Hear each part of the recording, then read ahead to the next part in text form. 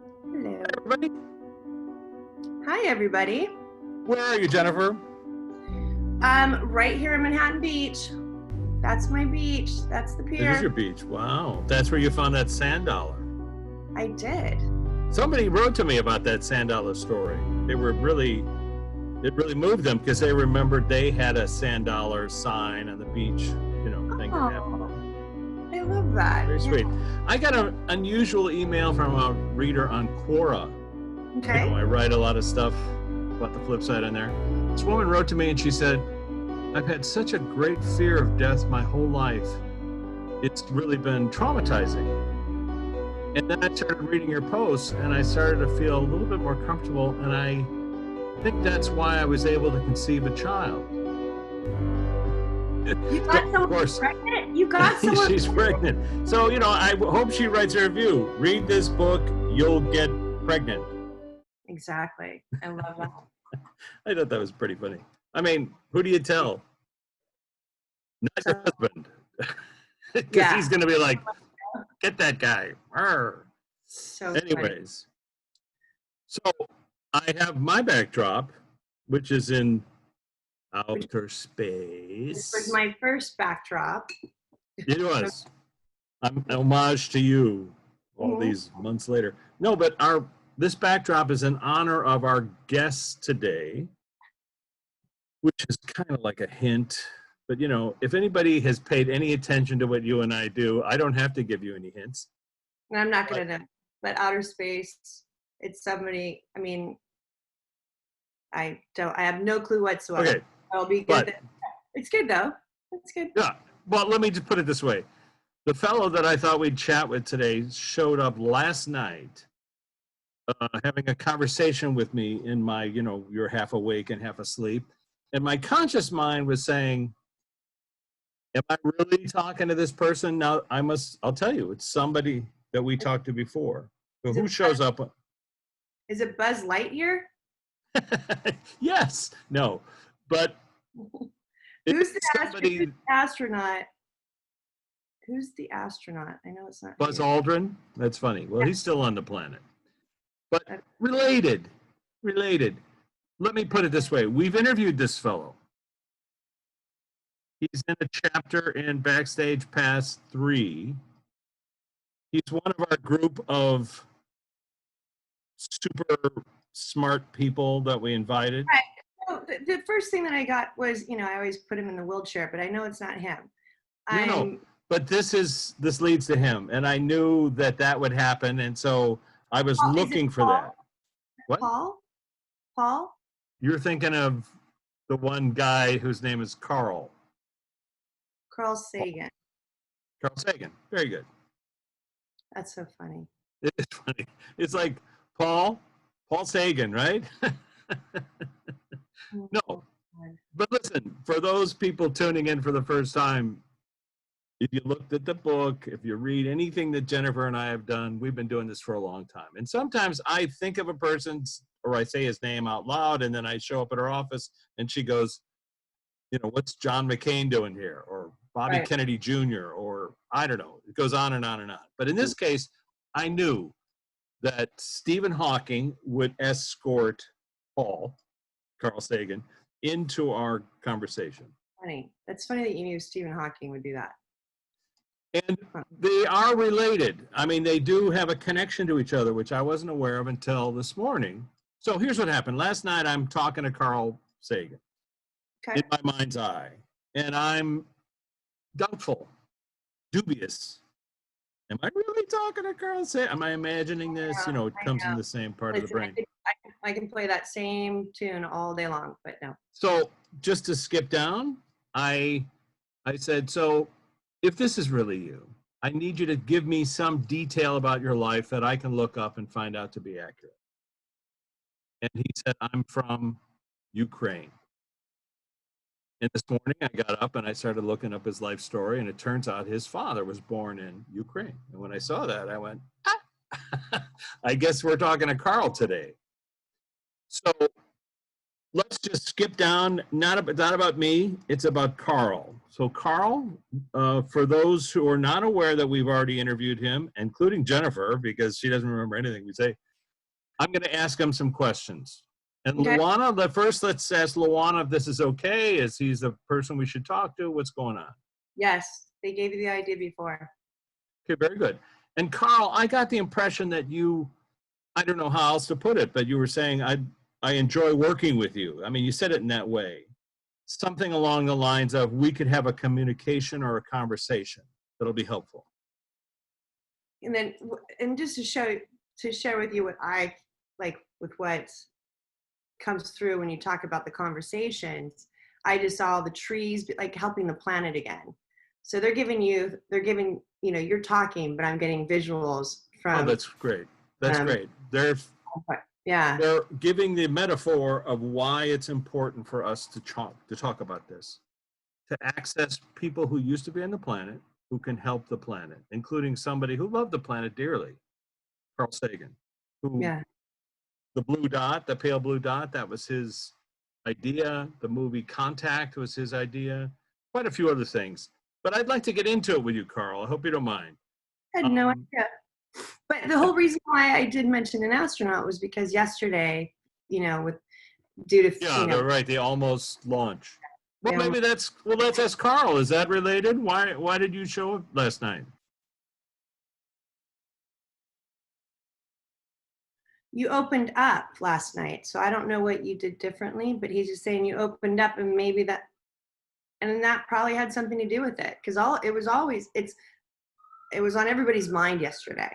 Okay. There's very few things that everybody pays attention to. Well, Carl did work for NASA and was an advisor for them quite a bit, and he was very helpful. Did not know that. Yeah.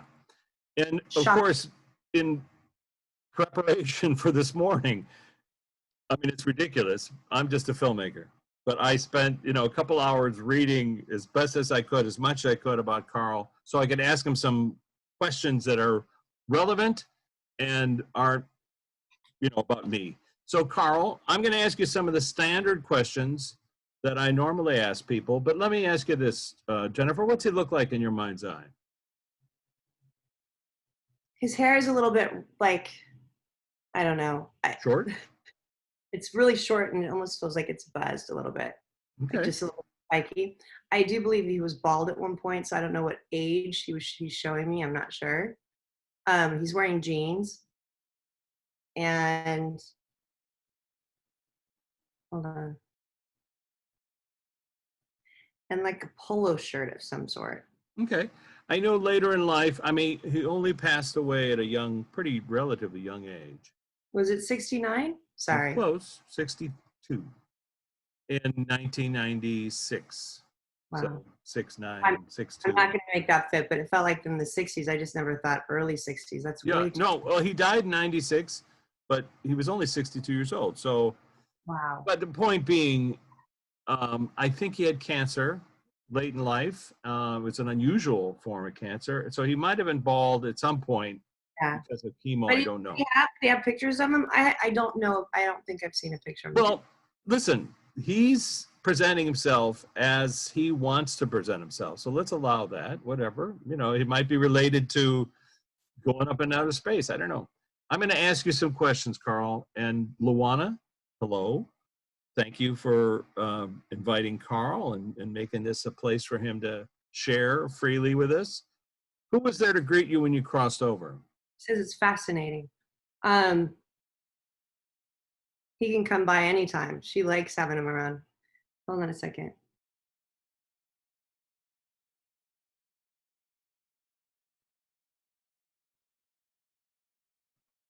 His grandfather. His grandfather. Okay. Yeah. Was that on your mother's side or on your father's side? Mother's side. Mother's side. Okay. He didn't know it, or the other, but he didn't. 50% chance of being right. I felt like he didn't know one of them before. So I don't know if he had one that he didn't know one of. Interesting. I think he was named after his grandmother that he never met. So Carl, her name was something Carla or Carl something. True. Yeah. So what was that like? So when you first greeted her or she greeted you, what was that experience like? Or did that happen right away, or did it take some time for that to happen? They came together, both of them, the grandmother and grandfather. Um, yeah, it took some time because he had a lot of people that he said somebody just grabbed his hand and he started flying. Okay. Interesting. Now, Go ahead.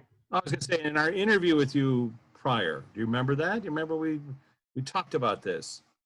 You described to Jennifer a feeling of sort of wandering different realms. Well, that's what he Okay. said. He said he was flying. So he's showing me a different visual of flying through the Okay. different forms, like almost immediately. So And, wandering could have been, I mean, I yeah, think it's yeah. probably But my question to you would be, at what point did you realize that you were in the afterlife? when he saw people that he knew were That he gone. knew. Okay. And you also discussed a little bit about, I mean, because Actually said before he left his body, you know, like there was something. before you left. Okay. Why? How did you know before you left your body? Did you see some people? People come forward. He was floating above his body. So I don't know how that, All he right. was, okay, But that's it. this is one of those topics that scientists talk a lot about, which is belief systems, and people sort of point to Carl as an atheist or an agnostic. He's quoted as saying that God, that he believed that the God of Einstein really was the whole idea of the universe, of natural elements and stuff, not a Yeah, physical person with a beard. right. And so, you know, when he passed away, there were a lot of people who said, you know, did he come to religion? Did he start believe in God? I'm not interested in that, because we've had many people talk about this. They're just religion has its purpose, but he's kind of laughing about it because that's out of all the questions that could be asked. I know you're not asking that, Yeah. but that's what That's what they focus on. that's what they focus on. He's like, Yeah. I would have never said anything. Well, let me ask you this, Carl. Let's just put this to rest. Is the story as it's been told to humans in various scriptures through all the religions accurate?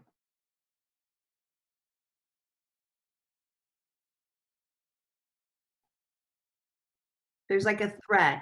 There's Okay, a thread. but I need you to say no because you shook your head. And are Yeah, the people who are listening he to said our no, podcast? but he said no, but he's showing me that there's a thread that underlying principles or underlying truths, but Underlying truths, underlying principles. yeah. It's important to say.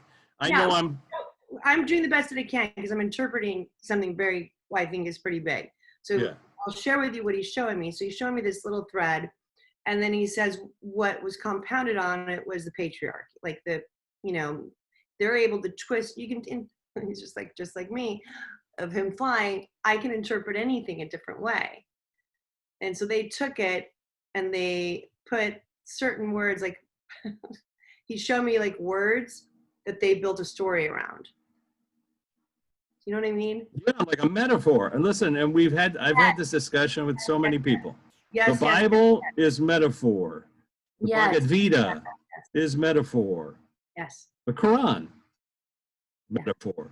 But the underlying string is unconditional love. We've heard this time and time again, that love, the sort of engine of the universe, as a scientific term, consciousness, love, is the thread that pulls us all together and keeps us all in the same wave. Well, I've also feel that like when whoever interrogates us, which I don't believe they do, I think it's ourselves interrogating ourselves Yeah. up there. Did you love well? Did you love passionately? I think that's going to be one of the biggest questions. It's a great point. Love passionately or love well, as opposed to just existing in a state of love. Yeah. Right. Right. Love. It's not just existing in love, which is a great thing to exist in, no question about it, but it's to share it, turn the key, release the love, give it to other people. That's part of the journey. I mean, this is, it sounds... And that's when Jesus didn't fight people. He loved them. It sounds like a thing of spirituality. But Carl, I want to quote you. Spirit comes from Latin to breathe. Spiros or spirare. Pneuma also is Greek to breathe. And so when the Bible is talking about consciousness, breathing, going Yeah. from a brick to something that's alive, they use the word spiros or pneuma or spirare, spirit. So Carl's point is that spirituality isn't that far away from science. We're Mhm. talking about consciousness and how it functions. I don't want to get too far astray, because I do want to talk to you about your experience, Carl, which is once you got back there, your life was a very unusual in the sense that you were always an optimistic scientist. You're always somebody who took things apart, you examined things, You um, he unpacked it like you do with un, dialogue. Yeah. unpack things. And there was a wonderful moment when 1939 you went to the World's Fair and you found, or you saw those things that they bury, so that you find it like thousands of years from now, that kind of Oh, the capsule. yeah, Time. time capsule. And that inspired you. And you were the guy who created the time capsule for the Pioneer spacecraft, the Voyager spacecraft. You helped craft the Arecibo message, which went into deep space. And the idea was the optimism that other people exist on those billions upon billions of planets that are out there. Okay. Have you met a few?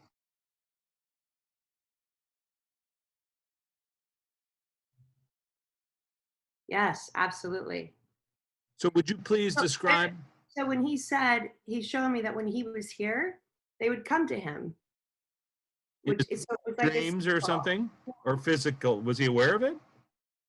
No, No. but he projected it. He saw things that he project, like the whatever for movies or So whatever. when you got to the flip side, when your consciousness returned to the Carl Sagan consciousness of who you are, and you saw why you chose your lifetime, let's just call it that, you were then able to see that in various points in your life, ETs or aliens had, which is a weird word because we're all incarnated beings, we're all aliens.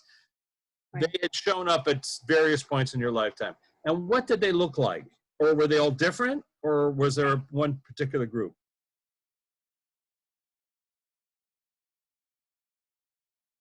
So they were lights. He just showed me all the different lights, like in your background. So there Like was all, seeing light. Yeah, more all like these lights. lights, and he just knew what lights were what. Okay. Have you So gone to visit any of these other cultures on other planets? he says all of them. I don't know All how. of them. I don't know That's a how. lot. I So know. would you show Jennifer one, please? Could you put in her mind's eye? He's saying the North Star, something dealing with the North Star. Okay, let's just call it, we'll just say that somewhere near the North Star, a galaxy or a planet. Galaxy. And describe what it looks like on the terrain of this one particular planet that you're going to show Jennifer. Showed me Subaru and Pleiades. Oh my gosh. Okay. Subaru, Japanese word for the seven sisters, Pleiades. And we've talked to people, Pleiadians. I think Jennifer might have. I just know I'm not thinking of it. Do you know? Okay. Just allow it. Yeah. Oh, Carl, are you saying you've been there to visit people as well?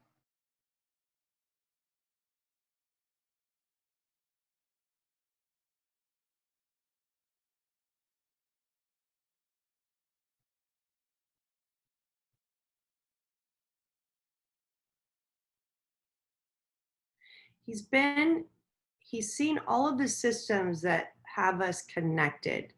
So like the sun, like the different systems, hold on, that are connected. Oh, it's so fascinating, that are connected to our system. But then he's showing me dark matter. All right. Before we get to dark matter, and Carl, we did discuss this in the book. So if people want a discussion of dark matter, they got to go to the book, Backstage Pass. Let's just discuss these other cultures and how they're all connected.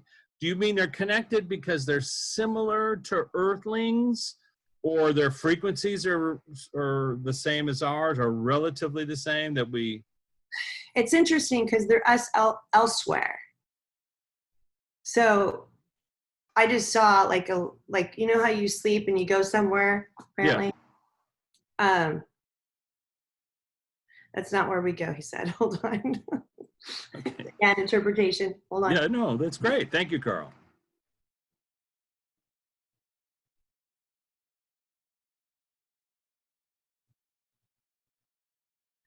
Oh, okay. Right. So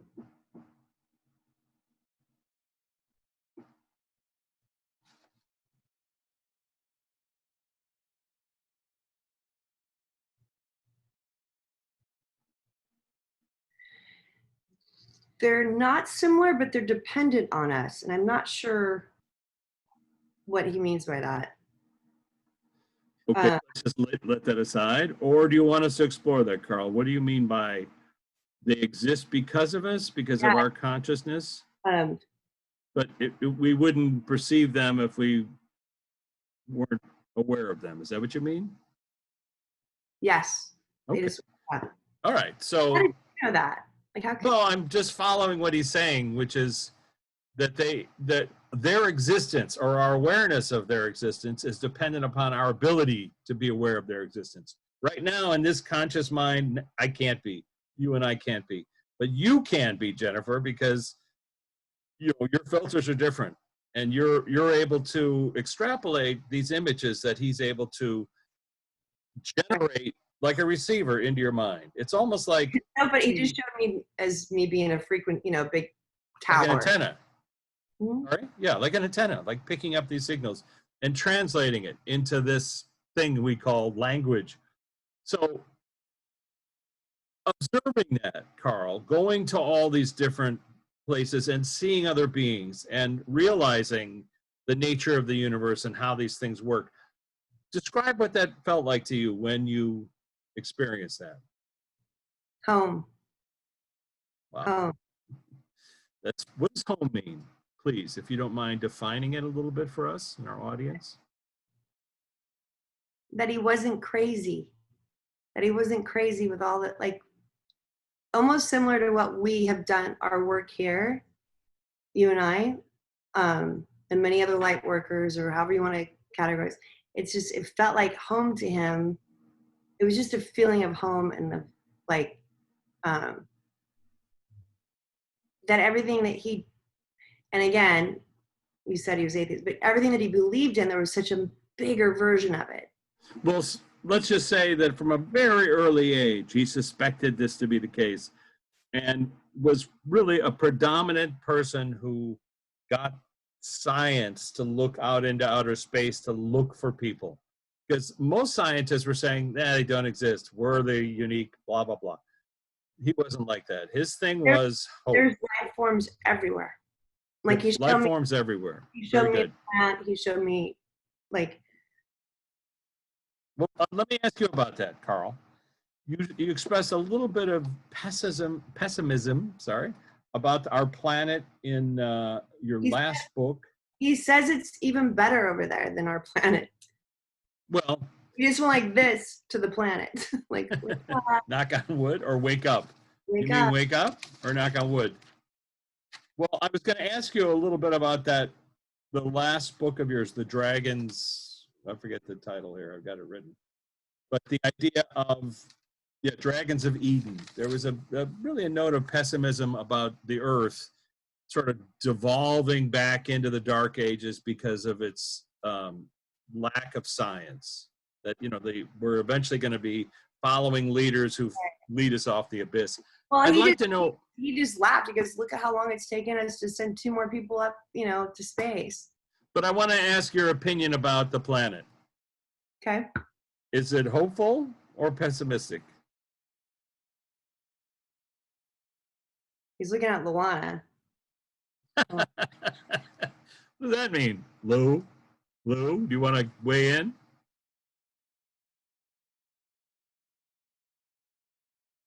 It is not pessimistic. Okay, very good. Interesting choice of words. Okay, well, it was all right. You guys put it in my head. What can I say?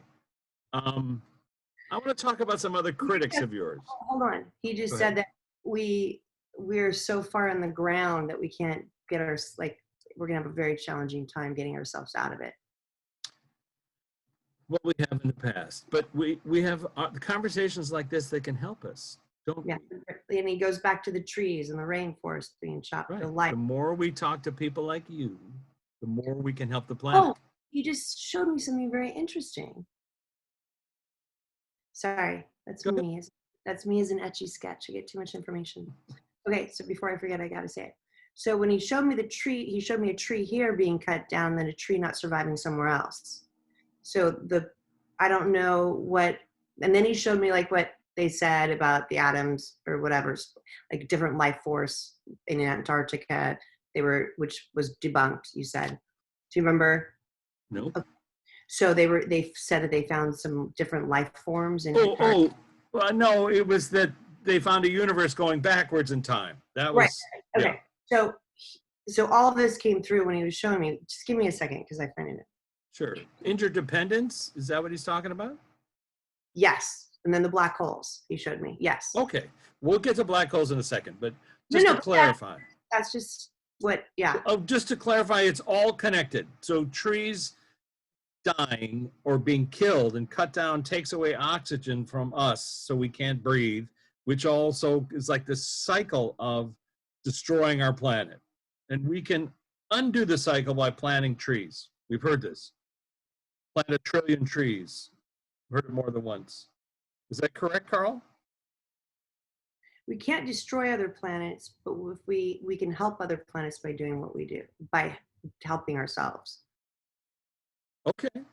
And in terms of black holes, now, your pal, listen, you wrote the introduction to A Brief History of Time for our pal, Stephen Hawking.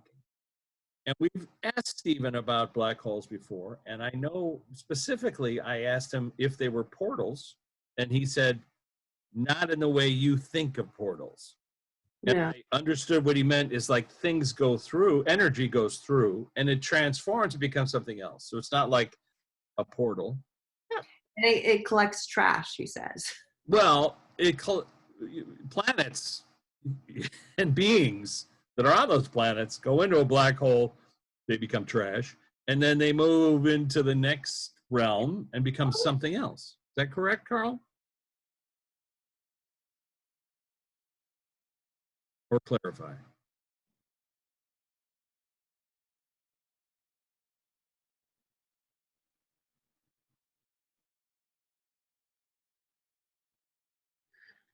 Okay. He showed me a tree and toilet paper being reused for something else, recycling. Yes. Recycling. So black holes are recycling centers. Is that correct? Not to simplify it, but let's. Yeah, kind of. Okay. Recycling centers. Okay. And it's just one way to look at it. You know, we tear down trees. Well, I sure hope I'm not misquoting him. It's all right. He won't mind. He can always come back and talk to us later. It's true. So you had a couple of critics in your lifetime, and you were critical a ton. a ton. You showed There me was all. one guy in particular. His name was Harold Urey. Urey. Now, he's on the flip side. Have you run into this critic of yours? Jennifer wouldn't know who he is, but you would. He died before him, correct? Yeah, correct. He says that because he was there when he died. Oh, and Yeah. what was that like? What was that reunion like? Did he apologize? No. They just laughed. Oh, okay, very good. They tried so hard to prove each other's point that they lost themselves. That's funny. That's true. That is very true. You were a great critic of a philosopher named Plato. Have you run into him since you've been back there? He doesn't exist. Hold on.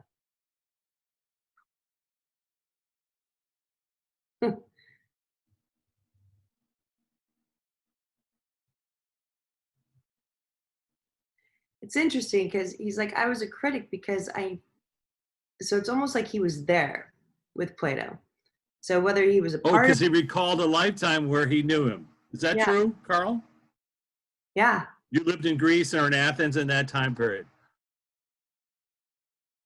And he was his nemesis then. What? He was, That was his then. yeah, he was his nemesis then. Oh, he was nemesis back then. That's hilarious. Jennifer doesn't remember.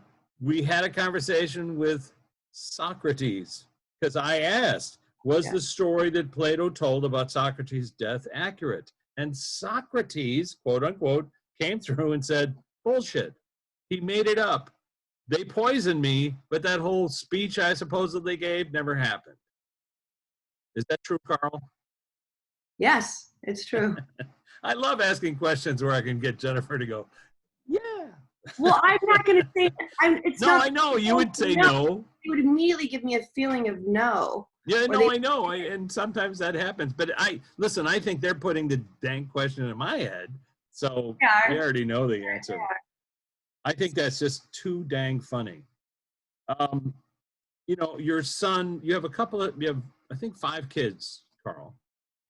Sister Carol, I don't know if she's still on the planet or not, but I wanted to quote one of your sons, Dorian, who said, my father believed in the God of Spinoza and Einstein, God not behind nature, but as nature, equivalent to it. Is there anything you want to add to that or clarify that? Or Say the last sentence again, or the last part of it. he said that God is not behind nature, like the creator of nature, but is nature, or is as nature is, equivalent to it, the same as. Yes, yes, but he showed me something else too. Hold on. He's the life force within all the energy. Okay, very good. Is it a he, though? That's the question. It is the life force that's in everything. No, hold on. It's a she. I just said that. It makes more sense. We need something tangible, and that's the reason why, again, he just showed me the Bible with one word, with a story being put around, the metaphors.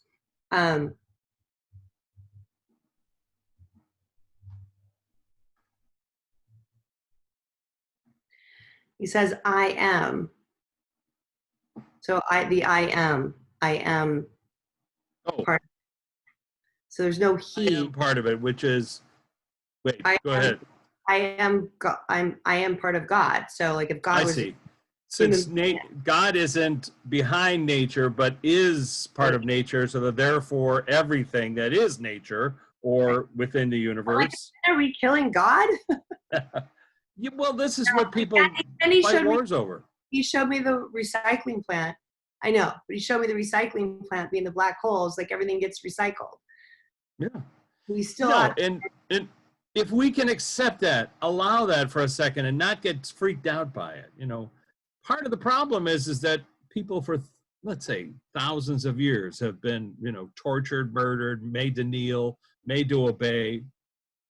Some have had epiphanies, not that many, but some have had epiphanies with Yeah. regard to this doctrine, whatever religion it's from. But by and large, people suffer under this illusion that we die and that's the end. I was looking this up the other day. It was kind of weird. Apparently, one of the founders of the Christian church, a guy named Origen, or Origen, Oriten, was a believer in reincarnation and used to teach it and preach it. And along comes this Emperor Justinian in the year 543, and he bans it, outlaws it, calls it reincarnation theory an anathema, meaning you will die if you go out and say, yeah, we're just like nature. We get recycled. We come back. So here we are arguing about something that 1,500 years ago, some nutball came up with so he could control his world. It's just, anyway. So the thing that's being shown is that if nature, the more alive we make nature, the more that we help nature, it helps our spirit, it helps the air, it helps the air we breathe back to spirit, right? Breath being spirit. Great. So it's actually so simple, but we're so stupid when it comes to it. Well, Carl, you can help us, my friend.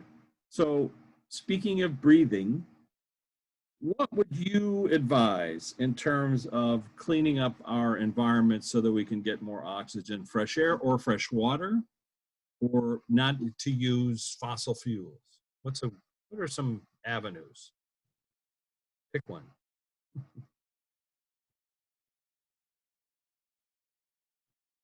To plant as many trees as far as you can see. That's, he I just heard said, somebody was doing that the other minute. I was somebody in, Germany? Is it Germany? Did I somebody don't say? know. Somebody had figured out a way to plant trees with a drone. They literally, you put the seeds in the drone and the drone goes out somewhere and it plants these seedlings. So it's like Brilliant. you could have it working all the time. Um, and that's just the beginning, but yet at the bottom. And then he says, um,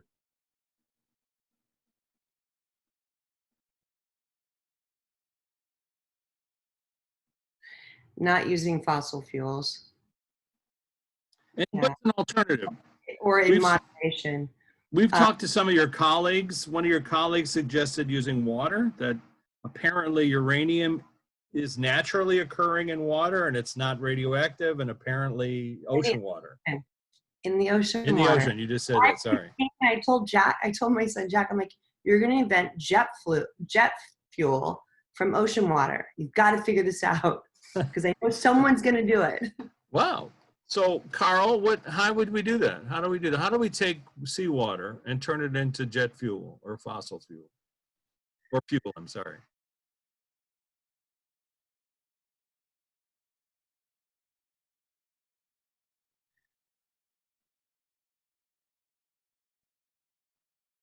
You get to this, is there like, I almost saw Israel, but is there, and I'm sorry, please forgive me, but like the saltiest water that nothing can survive in, that's what you need to make jet fuel. Okay, there's, aside from Salt Lake City, there's the Dead I, Sea, I saw the Dead Sea and then I felt Salt Lake City. Salt Lake City. So those two waterways are just so much water, I mean, so much salt that things they're float. perfect. They're Yeah. perfect. For, Well, they float. okay, and for using, so just try to describe it to us. I know this is weird and complicated, but let's take a gallon of salt water from the Dead Sea. What do we do to it? Do we heat it up? Do we put it in a... Well, he shows me. That's weird. He just showed me like recycling plants or like what they do with, you know, Separating? okay, hold on.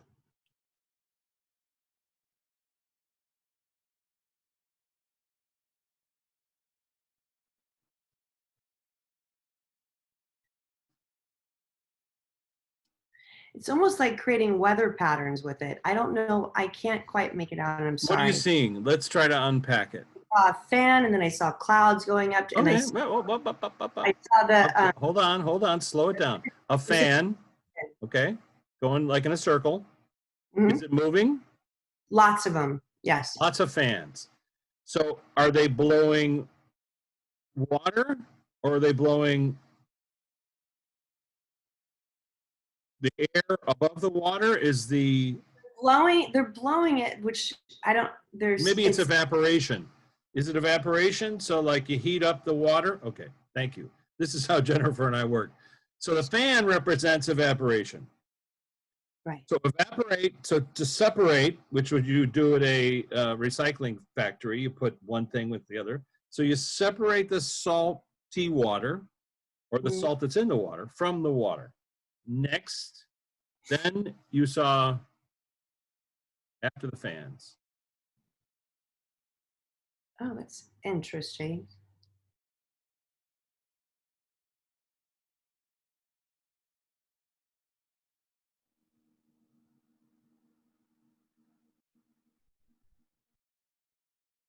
He mentioned liquid nitrogen. He also mentioned that, so if you separate it, he showed me these compounded, whatever it was. Heavy water? Yes. Wow, I know what that is. Okay. Is that what he's talking about? Let's ask Carl. Do you mean heavy water?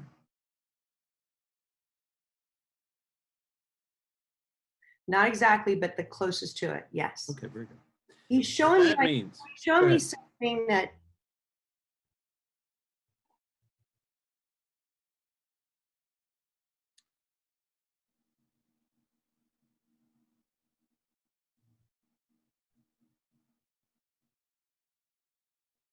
okay, then show me again. Sorry.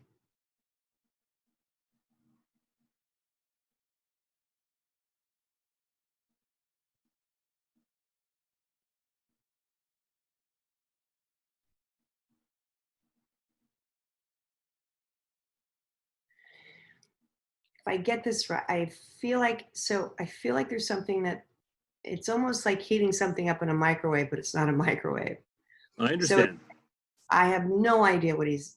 I think I get it. And let me It's not, clarify. but that's what it was showed. Like something that's compounded, so the salt and everything else is compounded in these little that then it comes through and Okay, let me just break it down. The microwave represents radiation. That's what a microwave is. Carl worked on the atomic program or pieces of it back in his day when he was at the University of Chicago. And he also had like top secret clearance for a number of different programs. So he's like aware of it. And they even were thinking about blowing up an atomic bomb on the moon at some point.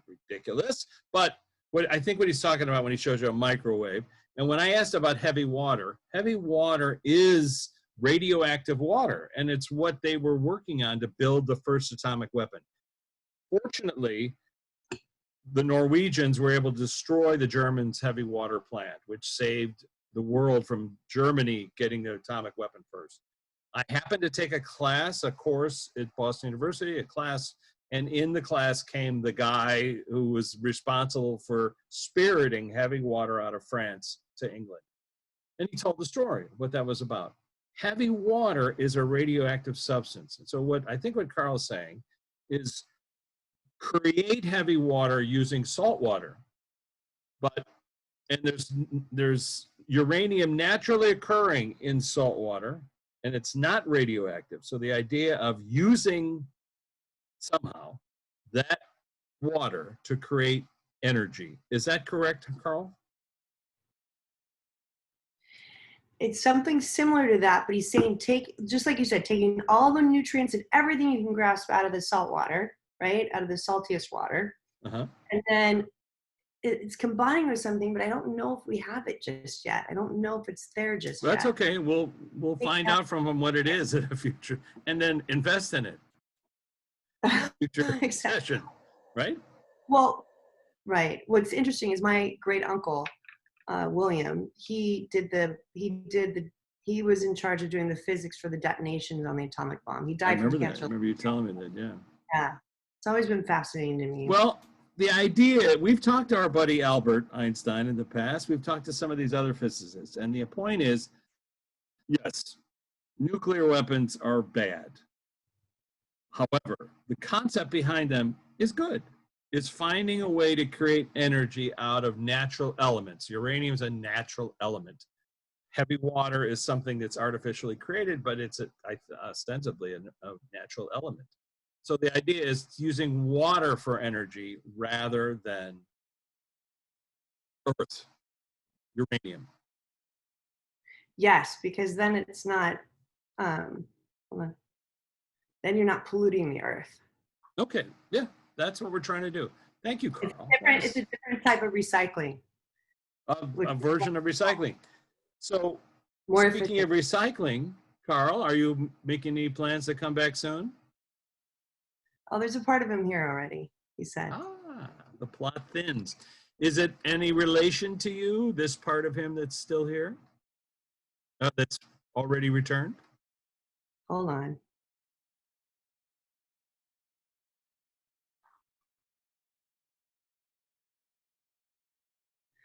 I don't believe you. Give me a second.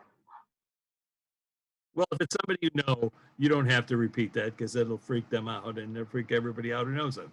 But let's just say he's saying somebody you know is already back, is partially part of him. I'm reading your mind now. Is that correct? Yes, hold on a second. it's interesting because he kept showing me the presidents, and I'm like, I don't believe you, blah, blah, blah. And he's like, no. And then he showed me that 13-year-old kid who has Wait, four. here's what I'm saying. If you identify the kid, then it becomes problematic. So there's See? nobody. No, I'm not saying that. Here's what I'm saying. I'm not saying I No, I don't. You understand. know I don't censor you. Yes. I No, just don't want somebody who's out there listening in to take this in a way that they need to hunt down. Like we've talked to, at one point Jesus said that partially he had reincarnated in somebody in India, and it was like, you really want to turn that person's life upside down? Because here's what we need to do. We need to clarify, and if I may, Carl, weigh in on this. Lou, when people come back, they're only bringing a portion of who they are. It's not a one-to-one. It's not like they leave over there and then show up here and then that's your loved one. it It's is a portion. a portion of their energy. And Right. we've talked to people, and the general consensus is about 30%. That's what people mostly say.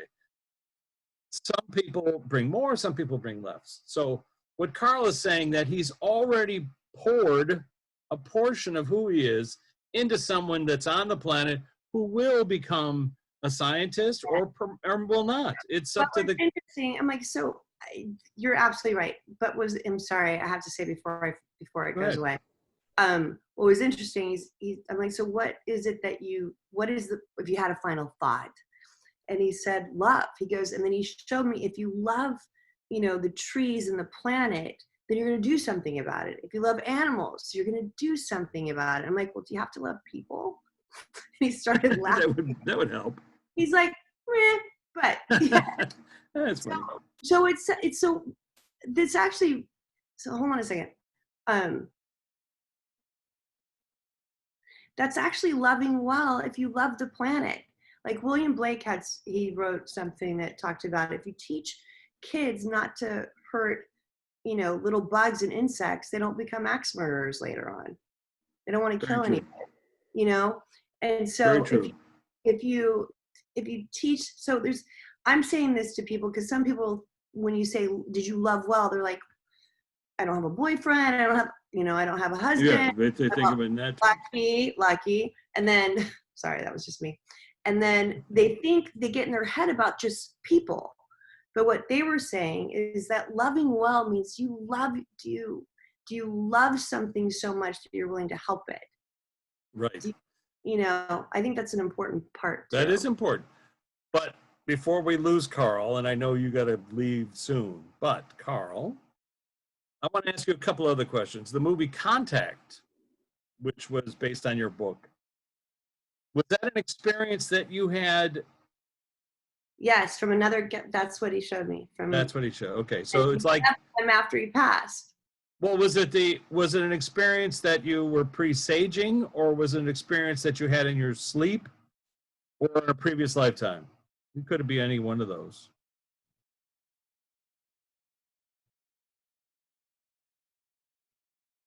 It was mainly what occurred in his sleep. Time does not exist, so past, present, future, same. Time does exist. It's just relatively different. I know Jennifer and I say this every time, but because we wouldn't learn anything if time didn't exist. We wouldn't come here and learn a damn thing. Well, no, but it's not linear. I know, but I'm just saying over there, the experience of time, as we've heard from many people, feels like it's all simultaneous. But when you think of your own lifetimes, each one is lived in a linear fashion so that you can learn. So my question to you, Carl,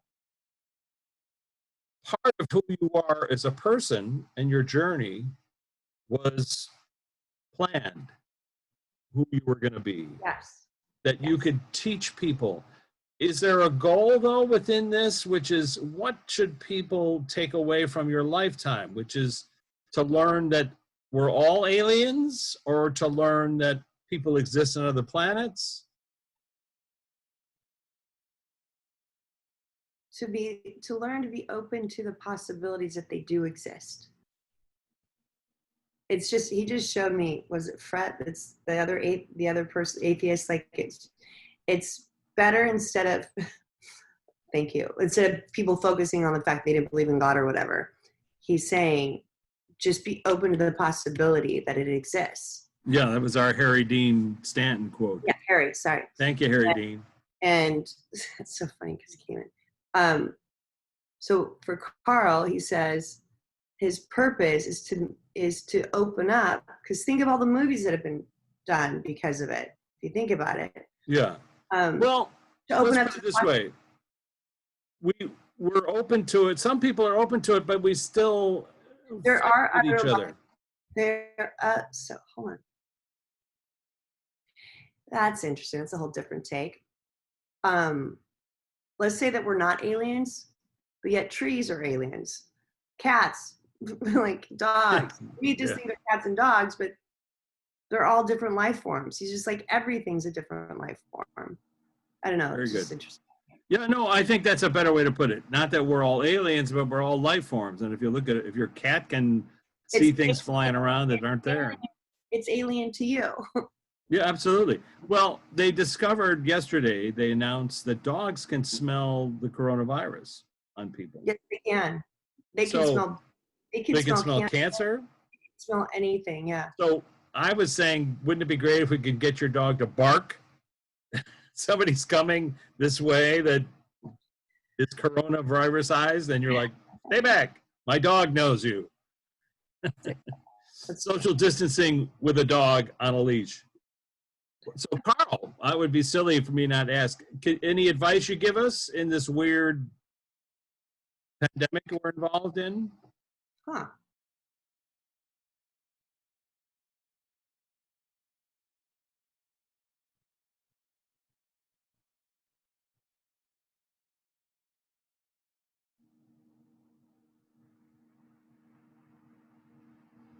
He says that it was interesting because the first thing he showed me is just like, just sleep and rest.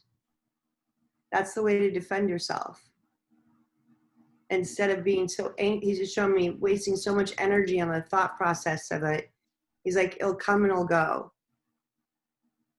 And then it'll come again. It'll go and it'll come again, which is the nature of existence, I guess. Not war. It's just a different type of war. Somebody reached out to me about my mom's quote from last week. They're like, I love your mother's quote. You know, suck it up. Suck it It's up. not war. You're not shooting each other. But listen, we have 100,000 people from the United States alone who've had to go to the flip side. And their families, of course, are thinking about them and if they could still exist. And, you know, of course, we'd love to chat with them all just to show that they do still exist, that they're courageous to live a lifetime that would sort of not get the usual thing that people get. So we honor them by talking about them in present tense and relating to them. I think that's our job, to talk to them. I think too, with what he showed me, he goes, you think about it, if you had to sign up and you knew how you were going to pass, yeah, I'll take that stupid virus versus a gunshot wound or versus anything else, you know? But I'm not saying that, again, I don't believe everything happens for a reason, because I don't think my dad died for a reason, but stop it. I do. Well, you know me. You know my next thing is, let's ask Jim. Jim, you must have met Carl. You're part of our class. What do you want to say? This is Jennifer's dad, Jim, who also has been studying astrophysics on the flip side. He's always got great advice for us. Plus, he knows you so well. Okay, hold on a second. Hold on. Jim.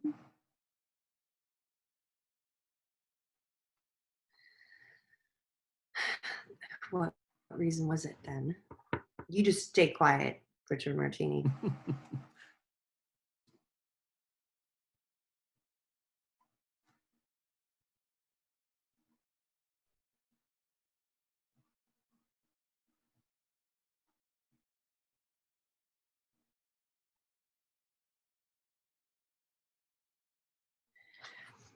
Give me a second.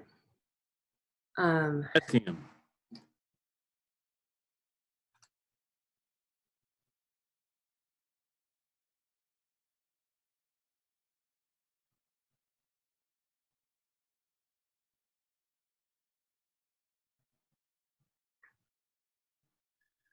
Oh.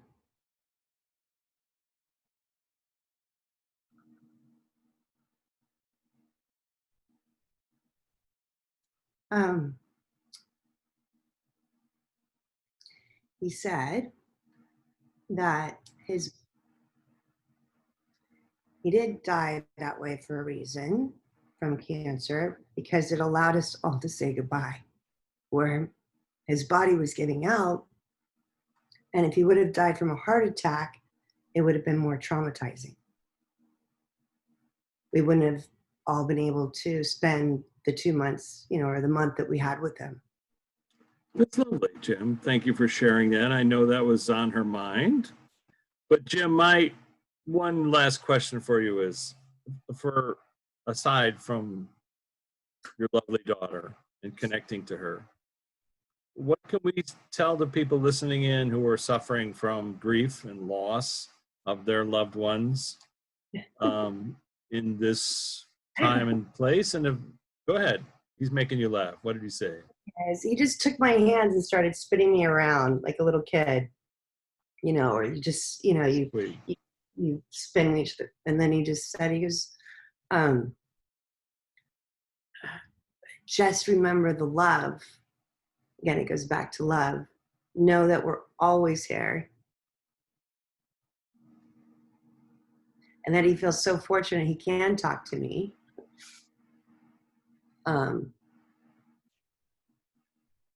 If you open up your heart to speaking with them on the other side, the grief lessens. I don't know if that's true, because I'm crying over what he just said. Well, come on. We've quoted Jim before, and thank you, Jim. I'm sorry that, I'm sorry to cause any stress for your daughter, but he didn't. We did ask Jim to help us with this concept of grief, and he said, try to move grief to nostalgia. And it relates to what he just said, because I asked him about it. You didn't know what he meant at the time, but he said, grief is all-encompassing sadness.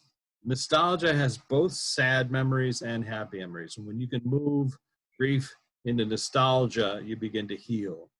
And so the happy memories are love memories, memories of connection.